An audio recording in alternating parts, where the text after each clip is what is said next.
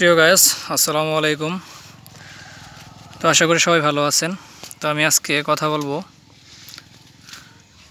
কাকরোলের বিড়ি পোকা অর্থাৎ কাকরোল ফল ছিদ্রকারী পোকা নিয়ে এবং এর সমাধান কি এই বিষয় নিয়ে।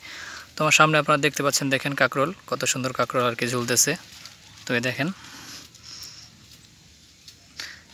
এই কাকরোলের ভিতরে দেখেন বিড়ি পোকা থাকে, যার কারণে কাকরোলটা আস্তে আস্তে ছিদ্রি করে দেয়, পরে ফলটা লাল হয়ে মারা যায়। তো এই পাশেও দেখেন, আমি আপনাদেরকে দেখাচ্ছি, এই দেখেন কাকরোল।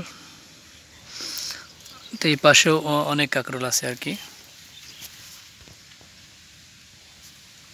এই পাশ চতুর্দিকে কাকরোল। এই তো কাকরোল দেখেন, একদম গোড়া পর্যন্ত কাকরোল। কাকরোলকে বলা হয় মুড়ি ফসল, অর্থাৎ একবার লাগালে আর লাগাইতে হয় না। দেখেন কি পরিমাণে ফল এবং জোয়ার।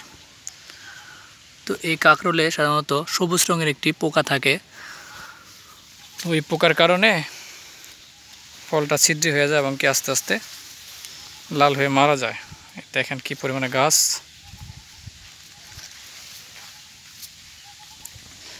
এই গাছে গাছে প্রচুর পরিমাণে ফল থাকে আর কি। তো আমার পাশে দেখেন, এইখানে নিচে আমি আপনাদেরকে দেখাচ্ছি, দেখেন কি পরিমাণে কাকরোল গাছে আসছে, একদম গোড়া থেকে ধরছে। এই পাশেও দেখেন, আপনাদেরকে দেখাচ্ছি, এই যে মাটিতে, এই তো কাকরোল, দেখেন জোয়ার, কল্পনাতীত, কল্পনাই করা যায় না এত ফল গাছে থাকে। তো এই হচ্ছে কাকরোলের কোয়ালিটি। দেখেন কাকরোলটার সাইজও খুব সুন্দর। তো এই কাকরোলের ভিতরে দেখবেন যে সবুজ রঙের একটি পোকা থাকে, ওই পোকায় যখন ছিদ্রি করে দেয় তখন ফলগুলো নষ্ট হয়ে যায়। এইখানে আমি দেখাচ্ছি আপনাদেরকে, এই দেখেন, এটার মাথায় যে ছিদ্রি করা, ওই পাশে আরও। তো এটার জন্য আপনারা ব্যবহার করবেন ভলিউম ফ্লেক্সি। আমি আবারও বলছি, এটার জন্য আপনারা ব্যবহার করবেন ভলিউম ফ্লেক্সি। দেখেন কি পরিমাণে কাকরোল।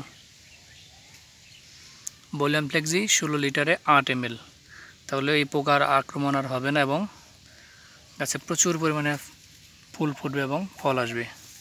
এই কাজটা করবেন পড়ন্ত বিকেলে, তাহলে এই ধরনের সমস্যা আর আসবে না। সবাই ভালো থাকেন, সুস্থ থাকেন। পরবর্তী ভিডিও নিয়ে আবারও আপনাদের সামনে হাজির হব। সে পর্যন্ত সবাই ভালো থাকেন। আল্লাহ হাফেজ।